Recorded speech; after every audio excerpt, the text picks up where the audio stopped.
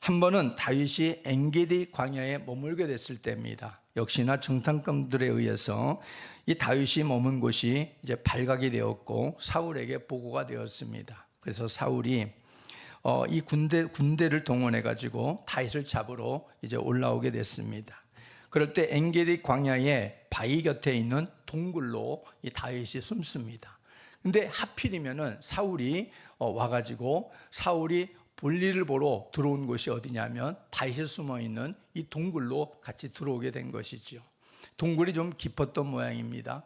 다윗은 숨을 죽이면서 동굴 깊숙이에서 기다리고 있는데 사울이 들어와서 거기서 볼일을 보고 있습니다.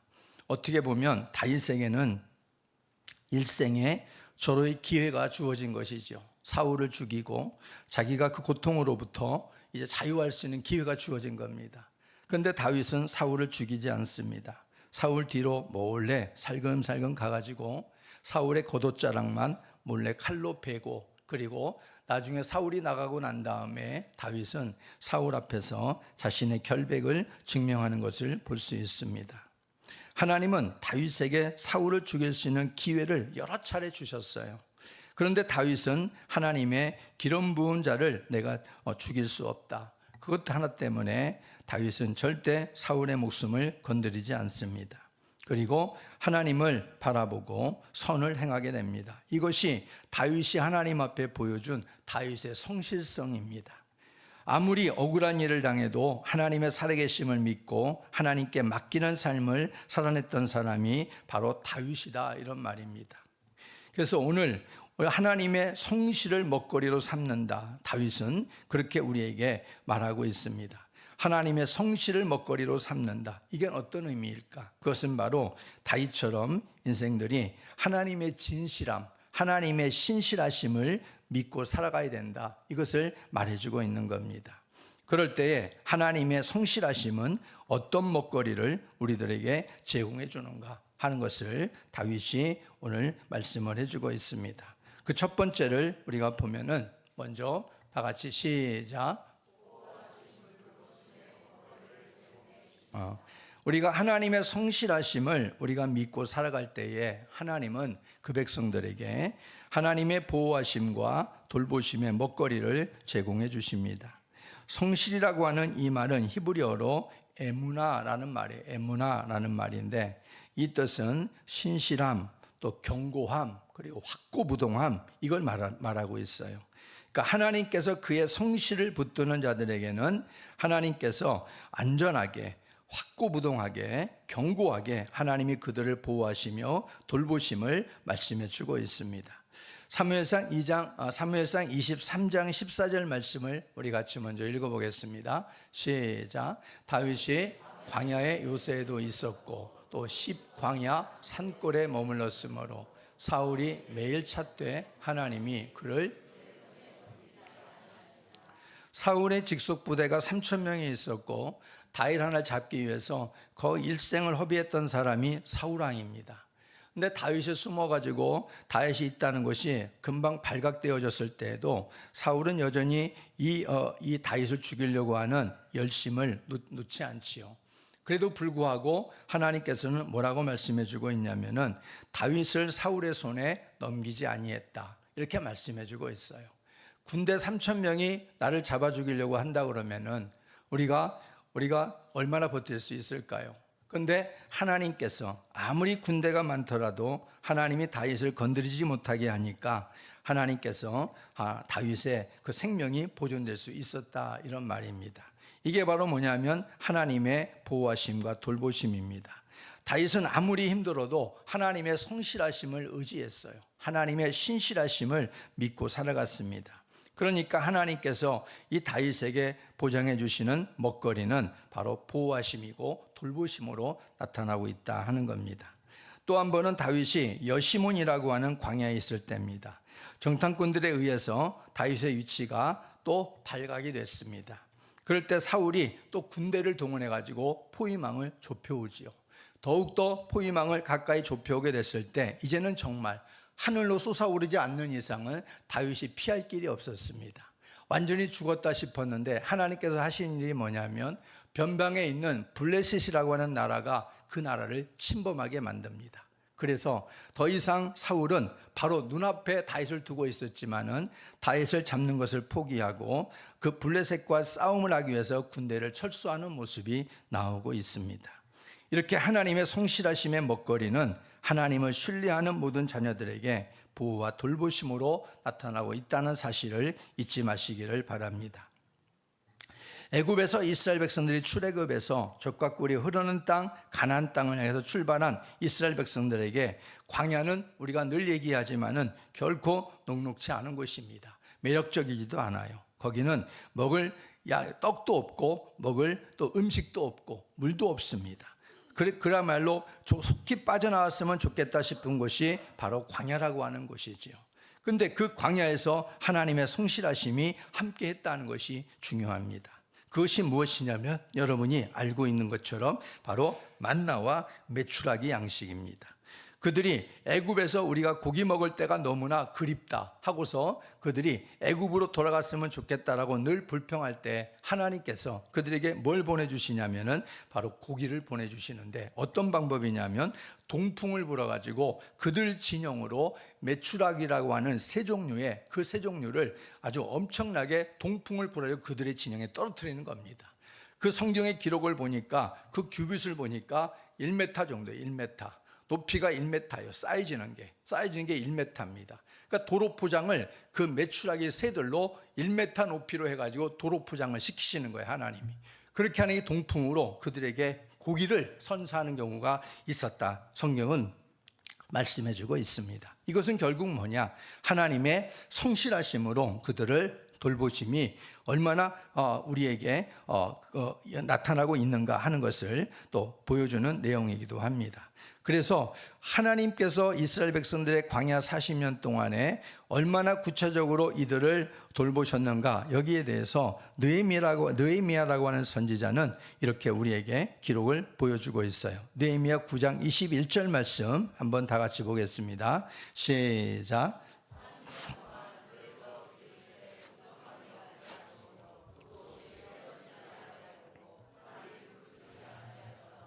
자, 여기서 보면은 광야 40년 동안에 그래서 그들을 들에서 길렀다. 광야 40년 동안에 부족함이 없게 했다. 광야 40년 동안에 옷이 헤어지지 않게 했다.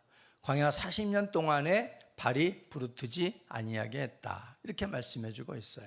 그러니까 이것은 뭐냐면 하나님의 돌보심, 하나님의 보호하심을 그대로 말해주고 있는 것입니다. 40년을 여러분 기른다고 하는 것, 여러분 자녀들도 40년을 기르진 않지 않습니까? 부모가 자녀를 기르는데 양육하는데 40년을 기르나요? 그 정도는 안 되잖아요. 하나님은 이스라엘 백성들을 40년을 들여서 길렀어요. 그리고 40년을 기르는데 부족함이 없게 했어요. 얼마나 부족함이 없냐면 옷이 헤어지지 않았대요. 발이 부르트지 않았대요. 그러니까 이것은 무엇을 말하냐면 하나님의 돌보심과 보호하심이 얼마나 구체적으로 세밀하고 정밀하게 하나님께서 그들을 돌보셨는가를 말해주고 있는 거예요. 부모도 어떤 때는 그래요. 저희 자녀도 어떤 때는 이 자녀가 신발이 떨어져 있어요. 신발이 떨어져 있는데 그것을 몰라요. 모를 때가 있어요. 신발이 떨어진 신발을 또 애가 사달라고 안 해요. 사달라고 안 하고 그대로 또 신고 다니더라고. 그러니까 그걸 보면은 나중에 보면 이 가슴이 아프지요. 근데 부모도, 가까이 있는 부모도, 가족 중에 누가 그런 것이 있는데도 그 발견할 때가 그렇게 쉽지 않아요. 그리고 신발이 떨어지는데 얼마나 걸리겠어요? 뭐 3년까지 가겠어요? 그 전에 떨어지지 않겠어요?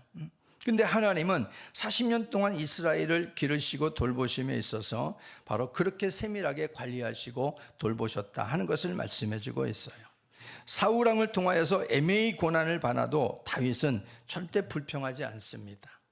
억울하게 자기를 죽이려고 하는 거예요. 사울의 그릇이 다윗을 담을 만한 그릇이 안 되었기 때문에 이 다윗이 사울보다 더 큰 전공을 세우니까 백성이 다윗을 높여준 거예요. 그러니까 사울이 이 다윗을 담을 수 있는 그릇이 됐다 그러면 다윗은 무난하게 지나갔을 텐데 사울이 그런 그릇이 안 되는 거예요. 여러분 직장에서나 사회에서나 보면은 상사나 이렇게 만나는 가운데 상사가 유독 그릇이 좁으면은 이 부하 직원들이 힘들지 않습니까? 그러나 상사가 그릇이 큰 상사를 만나면 직원들이 상당히 편하지요. 감사하지요. 그러니까 자기보다 더 잘난 사람, 자기보다 더 뛰어난 인재들을 품지 못하는 거예요, 사울이. 그래서 다윗은 사울의 타겟이 됐던 것입니다. 그런 가운데에 이 다윗은 얼마나 억울하겠어요. 그러면서 다윗은 광야를 떠도는 삶을 10년 이상을 살아가게 되어지는데, 그런데 다윗은 거기에서 한 번도 하나님 앞에 불평하지 않아요. 하나님 앞에 원망하지 않습니다. 왜냐하면 하나님의 성실하심이 있기 때문이었다는 것입니다. 오늘 1절, 2절, 7절 말씀에 하는 얘기가 뭐예요? 너희들이 악인 때문에 불평하지 말아라. 악인 때문에 시기하지도 말아라. 악인 때문에 너희들이 분노하거나 거기에 대해서 너희가 마음이 상하지 말아라. 분노를 그쳐라. 오히려 그렇게 다윗은 말하고 있다, 이런 말이죠. 하나님은 반드시 성실하심의 양식으로 그 백성들을 돌보고 계심을 꼭 믿으시기를 바랍니다. 이런 다윗이었지만은 하나님이 먹이셨다, 입히셨다, 돌보셨다. 그리고 하나님이 목숨을 책임져 주셨다 하는 것을 말씀해 주고 있습니다. 그래서 하나님의 먹거리를 가지고 일생을 살았던 다윗을 우리가 보게 되어지면, 야, 하나님의 성실하심으로 먹이시는 먹거리가 얼마나 참 이게 최고구나 하는 것을 우리가 깨달을 수 있는 거지요. 세상에 있는 먹거리가 아무리 좋다고 하더라도 세상의 먹거리는 바닥날 때가 반드시 오거든요. 그런데 하나님의 성실하심의 먹거리는 절대 바닥이 안 나요. 40년 동안 먹였다고 그러냐, 40년 동안 바닥이 안 났어요. 하나님은 여전히. 오늘 우리들을 하나님께서 먹이시는데도 바닥이 안 나요, 하나님은. 그러니까 그 하나님의 성실하심으로 먹거리를 삼는 삶을 살기 위해서는 우리가 하나님의 신실하심을 믿고 신뢰하며 살아가는 삶이 되어야 될 줄로 믿습니다. 마태복음 6장 26절 말씀을 볼까요? 시작. 공중의 새를 보라. 심지도 않고 거두지도 않고 창고에 모아 들이지도 아니하되 너희 하늘 아버지께서 기르시나니. 공중의 새만 하나님이 돌보시는 게 아니에요. 여러분도 하나님께서 뭐 하신다? 기르신다. 이렇게 말씀해. 기르신다. 여러분이 그걸 느끼며 살아갑니까? 기르신다. 하나님이 우리를 돌보고 계신다는 거예요. 하나님의 성실하신 먹거리가 돌보심으로 여러분 가운데 나타나고 있다, 이렇게 말씀해 주고 있습니다. 공중의 새를 보면 여러분은 뭘 생각해야 되겠어요? 아유, 저 새 저거, 아유, 저 똥이나 싸고 저거, 아유, 그냥 마을에 지저분하게나 만들고, 이렇게 말하지 말고 공중의 새를 보면 뭘 생각해야 돼요? 야, 저 새도 하나님이 기르시고 돌보신다는데 나도 얼마나 돌보시고 기르시는 더 소중한 존재인가, 이걸 봐야 된다는 거예요. 까마귀가 소리 지르면 저 까마귀 새끼 저거 마을에까지 내려와가지고 이렇게 아주 소음 공해를 일으키고 저거 가지고 그냥 그러지 말고, 야, 저 까마귀도 하나님이 먹이시는구나. 그러면 저 까마귀보다 하나님은 우리가 더 귀하다 했잖아요. 기르신다고 했잖아요. 그러니 하나님이 나를 더 얼마나 귀하게 보실까 하면서 이것을 우리가 생각해야 될 줄로 믿습니다. 그러므로 우리가 주변에 있는 모든 만물들은 하나님의 자녀들을 교육하기 위한 시청각 자료예요. 시청각 자료. 언제나 그걸 잊지 마세요. 시청각 자료예요. 이 땅의 모든 만물들은 하나님의 백성들을 교육하기 위한 하나님의 시청각 자료들입니다. 그러니까 모든 만물에는 다 하나님의 메시지가 다 있는 거예요. 공중에 나는 새를 보면서 하나님의 메시지는 뭐예요? 나는 저거보다 더 귀하지. 하나님이 나를 기르시는구나. 이 메시지를 붙들어야 될 줄로 믿습니다. 그래서 하나님께서는 이렇게 하나님의 기르심은 그것들에게까지 미치고 있다고 말씀해 주고 있는 걸 보면 우리들은 하나님 앞에 얼마나 더 귀한 존재인가 하는 것을 깨달으라는 것입니다. 우리 하나님이 주시는 최고의 먹거리는 보호하심과 돌보심입니다. 여러분들이 아무리 능력이 있어서 내가 내 자신을 돌보고 내가 내 자신을 케어하고 내가 알아서 내가 산다고 말들은 하지만 하나님의 은혜와 하나님의 돌보심의 손길이 없으면 우리는 한순간에 무너지는 존재입니다. 별 볼 일 없는 거예요. 왜요? 그래서 성경은 말하길 너희가 인생을 의지하지 말라. 그 호흡이 뭐에 있다? 코에 있나니 너희가 의지할 게 뭐가 있느냐, 이렇게 말씀해 주잖아요. 그러니까 들의 풀과 같고 아침 안개 같은 게 우리 인생인데, 그러면서 그 인생들은 자기 나름대로 뭔가 해보겠다고 아주 길길이 날뛰면서 하나님 없이 살려고 하는 이들이 얼마나 많아요.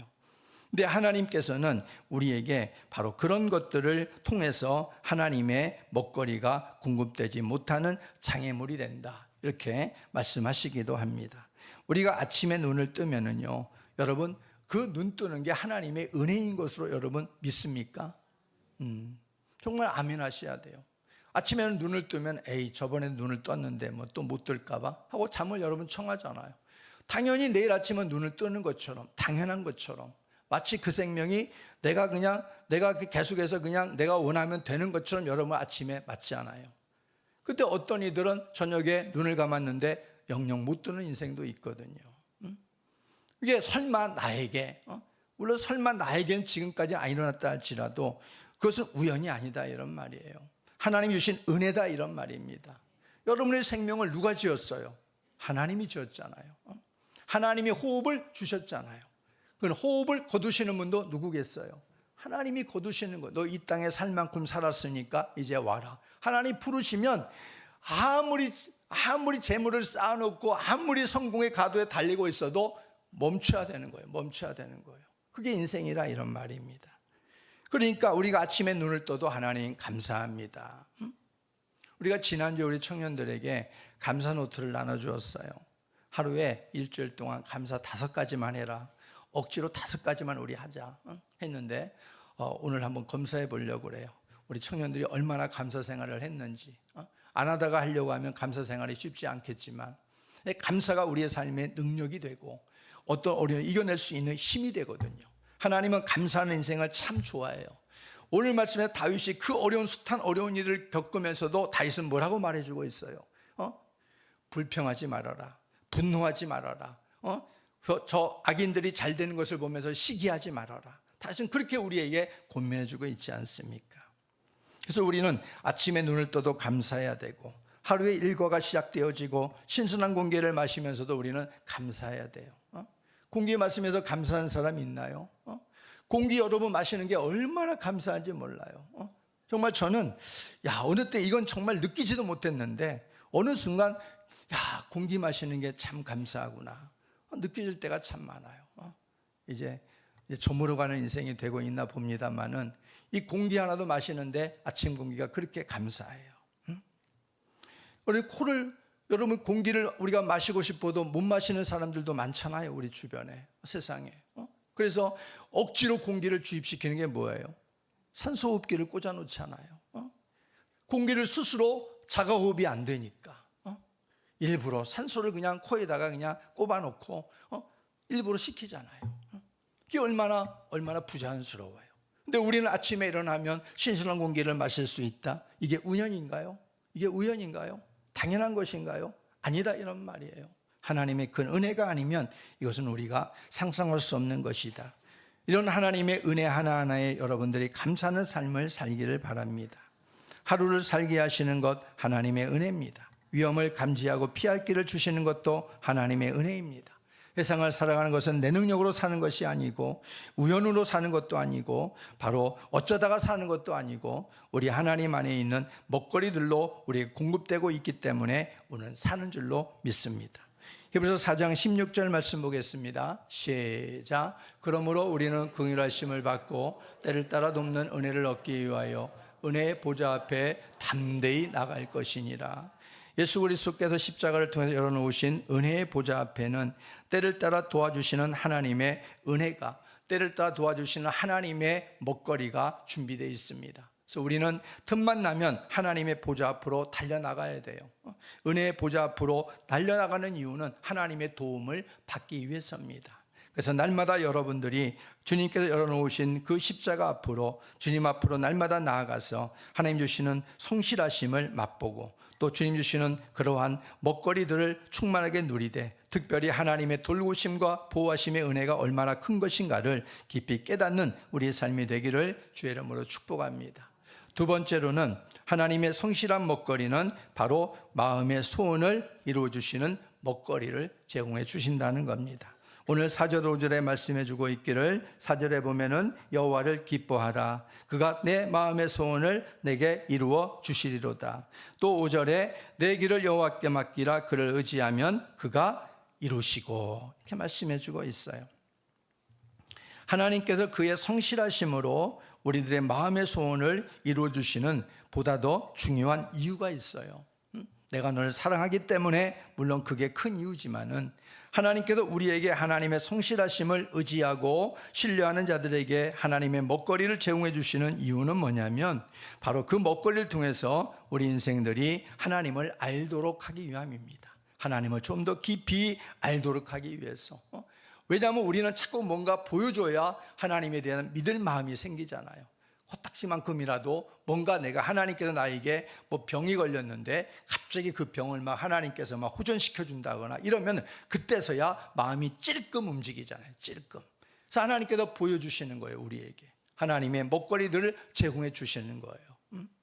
그래서 우리로 하여금 그 하나님에 대해서 가까이 하고 하나님을 알도록 하나님께서 부르시는 사인이다, 이런 말이죠. 광야길에서 만나와 메추라기를 먹었어요. 반석에서 나오는 물을 마셨고, 또 신약의 예수님은 오병이의 기적을 베풀어 주시고 질병이의 기적을 베풀어 주시고 병자를 고치시고 귀신을 또한 쫓아내 주시고 자유함을 주셨습니다.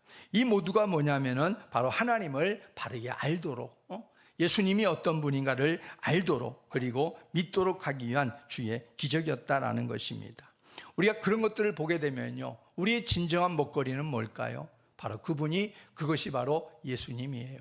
예수님을 하나님은 우리에게 진정한 먹거리로 주셨다는 사실을 잊지 마시기를 바랍니다. 오병이어나 칠병이어의 기적이라는 것은 단순히 5천 명을 먹이고 12광주리가 남았다, 이것이 중요한 게 아니에요. 오병이어 칠병이어의 기적은 뭐냐면, 우리의 생명의 떡이 되시는, 하늘에서 내려오신 생명의 떡이 되시는 예수 그리스도가 우리의 떡이 되신다는 것을 보여주기 위한 것이 뭐냐면 오병이어 칠병이어의 기적인 것입니다. 예수님께서 바로 오병이어나 칠병이어의 기적을 통해서 하시는 말씀이 뭐냐면은, 그 다음에 주님께서 하시는 교훈이 그거인 거예요. 인자의 살을 먹고 인자의 피를 마시지 않고는 너에게 생명이 없다. 인자의 살을 먹고 인자의 피를 마시는 자는 영생을 얻었고 내가 마지막 날에 내가 너희를 살리리라. 나는, 내 살은 참된 양식이다, 내 피는 참된 음료다. 주님이 우리 그렇게 말씀해 주고 있다는 거예요. 결국 뭐예요? 주님께서는 우리에게 내 살을 먹어라, 내 피를 마셔라, 주님이 그러시는 거예요. 우리가 주의 살을 먹고 주의 피를 마신다는 게 무슨 의미예요? 나를 위해서 살을 찢겨주시고 내 죄를 위해서 십자가에서 피를 흘려주신 예수 그리스도를 내가 믿고 받아들이는 거예요. 내 죄 때문입니다. 내가 그 주님을 내가 믿습니다. 내 구주로 내가 받아들입니다. 이게 뭐냐면 주의 살을 내가 먹고 주의 피를 마시는 것인 줄로 믿습니다. 그러므로 우리에게 진정한 우리의 주의 성실하심의 먹거리는 뭐예요? 바로 예수 그리스도라 말할 수 있는 것입니다. 그래서 날마다 우리는 예수 그리스도 앞에 나와서 그분이 주신 살과 그분의 피를 마시면서 주 안에서 우리가 풍성한 영적인 삶을 우리가 살아가야 될 줄로 믿습니다. 세상의 현세적인 복에만 우리가 관심을 두고 하나님을 찾을 때 바로 그 소원이 이루어지게 되면은 우리는 금방 하나님을 떠나버립니다. 그래서 그것은 진정한 하나님의 먹거리가 아니라고 할 수 있는 것이지요. 우리가 세상적인 현세적인 복에만 우리가 치우쳐서 주님을 바라보고 주님을 찾으면 안 돼요. 주님께서 우리에게 현세적인 복을 주시는 이유도 뭐냐면은 현세적인 복을 통해서 하나님의 살아계심을 보여주는 거예요. 그러면서 참된 진정한 먹거리가 되시는 예수 그리스도께로 오라는 거예요. 주님을 온전히 붙들고 살라는 거예요. 근데 우리는 현세적인 먹거리에만 우리가 거기에 치중돼서 살아갑니다. 주님을 또 필요하면 주여 주시옵소서, 주여 너무 힘듭니다, 주님 채워주시옵소서, 그것만 맨날 붙들고 살아가는 거예요. 그러니까 그것이 채워지면 어떻게 돼요? 또 그 인생은 주님과 또 멀어지는 거예요. 채울 거 내가 채움 받았으니까 잠시 주님 빠이빠이, 잠시 주님 좀 기다리세요. 그렇게 되는 거예요, 인생이.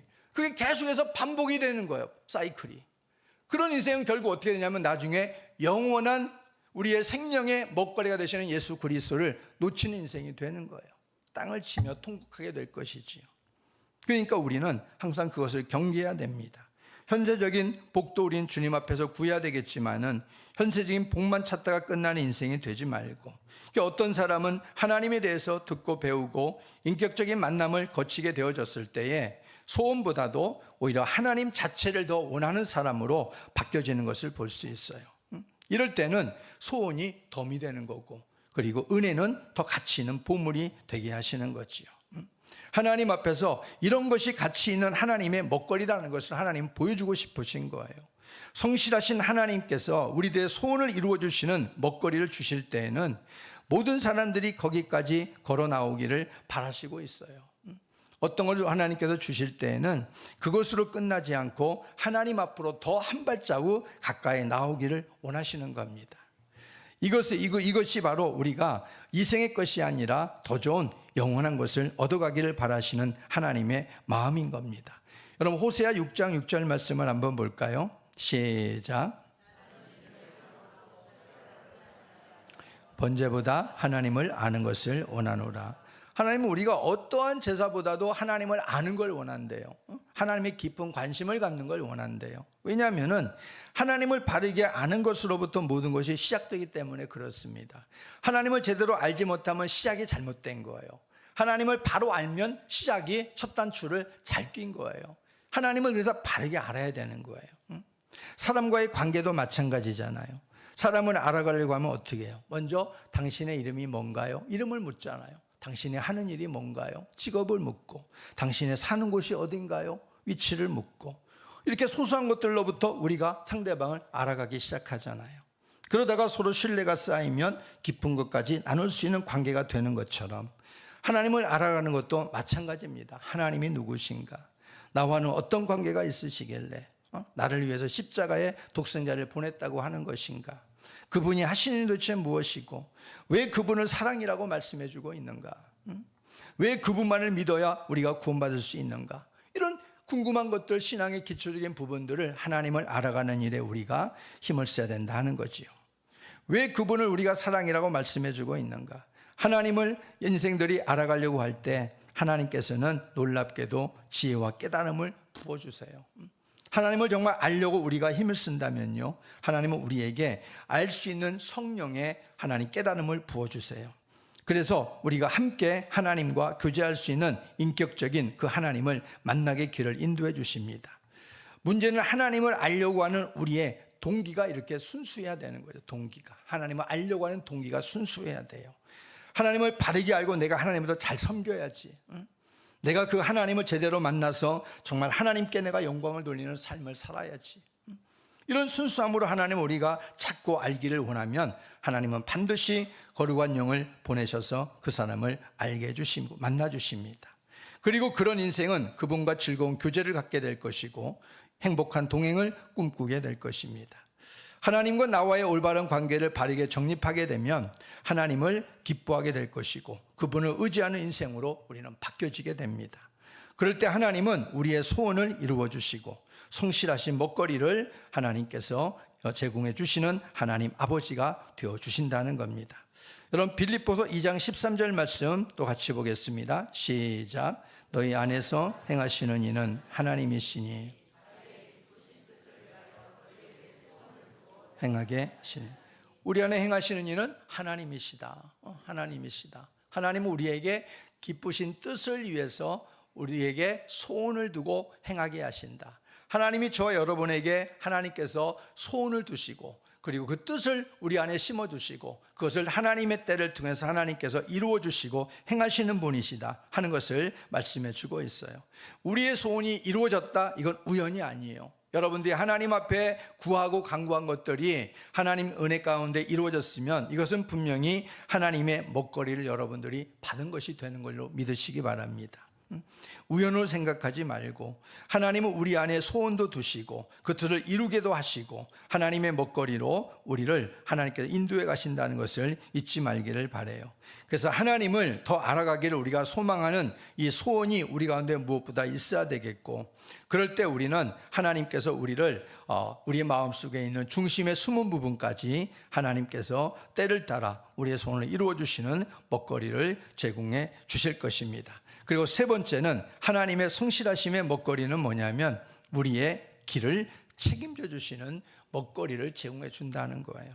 오늘 여기 보게 되면 5절에 그 말씀이 있잖아요. 내 길을 여호와께 맡기라. 그를 의지하면 그가 이루시고 그랬어요. 여기서 맡긴다는 이 단어는 히브리어로 갈랄이라는 말을 써요. 갈랄이라고 하는 이 말은 굴리다는 의미가 있어요. 굴리다, 굴려버리다 이런 말이 있어요.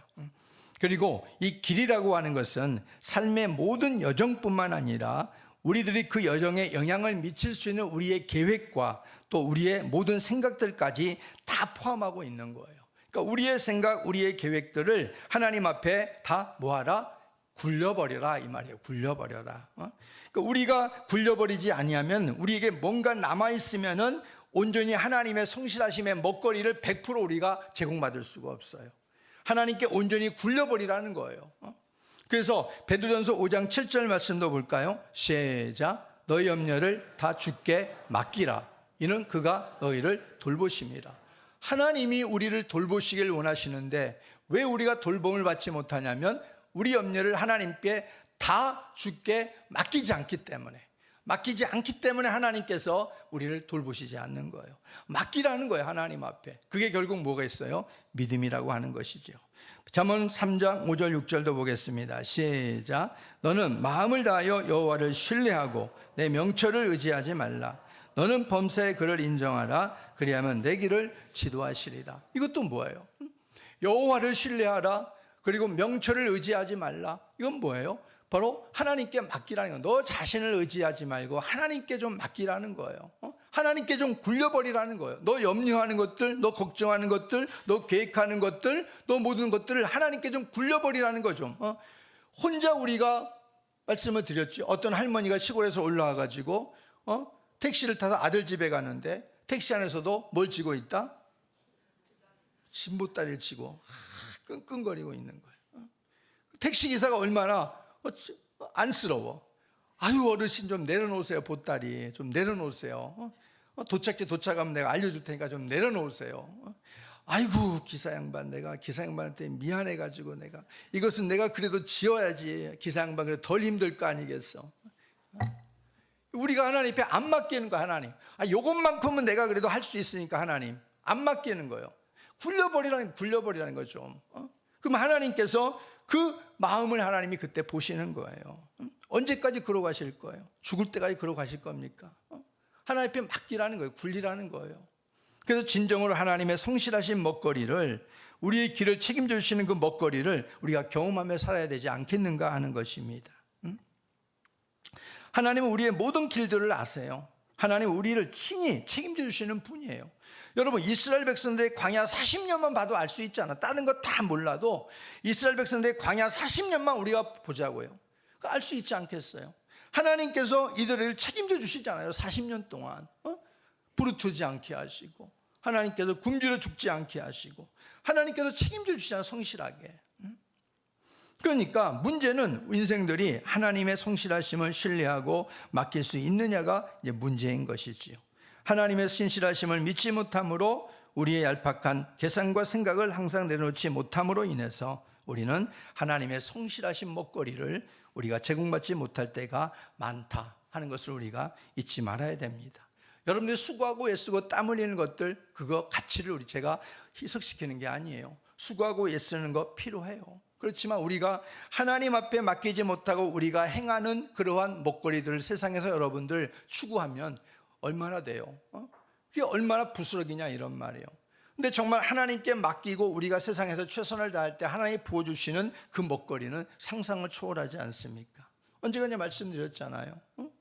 어떤 분은 정말 월 한 달 100만 원, 월 한 달 뭐 30만 원, 20만 원, 이게 11조였다가 갑자기 그냥 100만 원 올라가고 막 그렇게 올라가니까 본인도 놀라는 거예요. 하나님 앞에 하나님의 성실하심을 굳게 믿고 흔들리지 않는 거예요. 신앙생활을. 언젠가는 하나님이 복을 주시겠다고 생각했는데 때가 되니까 하나님이 주시더라, 그런 말이에요. 하나님의 계산법은 정확해요. 우리 계산법은 틀려도 하나님의 계산법은 정확합니다. 그러니까 우리는 다윗처럼 하나님 앞에 나의 생각과 나의 모든 것들을 계획을 내려놓고 하나님께 굴려버리는 거예요. 굴려버리는, 하나님이 알아서 하십시오. 그리고 우리는 하나님 앞에 최선을 있는 자리 최선을 다해서 살아가는 거죠. 맡긴다는 의미는 완전히 우리의 길을 하나님께 남김없이 굴려버리는 거예요. 그리고 그 길을 인도해 달라고 하나님께 도움을 구하고 우리들이 해야 할 최선을 다하는 겁니다. 여러분 다윗은 여러분 보면은 다윗은 스스로 결심만 굳혔다고 한다면 사울을 죽이고 사울 왕으로부터 도망다니는 삶의 종지부를 찍을 수 있었어요. 다윗은 하나님이 몇 차례 다윗에게 사울의 목숨을 붙여놨으니까 다윗이 결심만 하면은 사울을 죽일 수 있었다 이런 말이에요. 그리고 더 이상 도망자가 되지 않을 수 있었어요. 그런데 다윗은 그렇게 생각하지 않았습니다. 왜냐하면 그 길이 다윗의 길이 아니었습니다.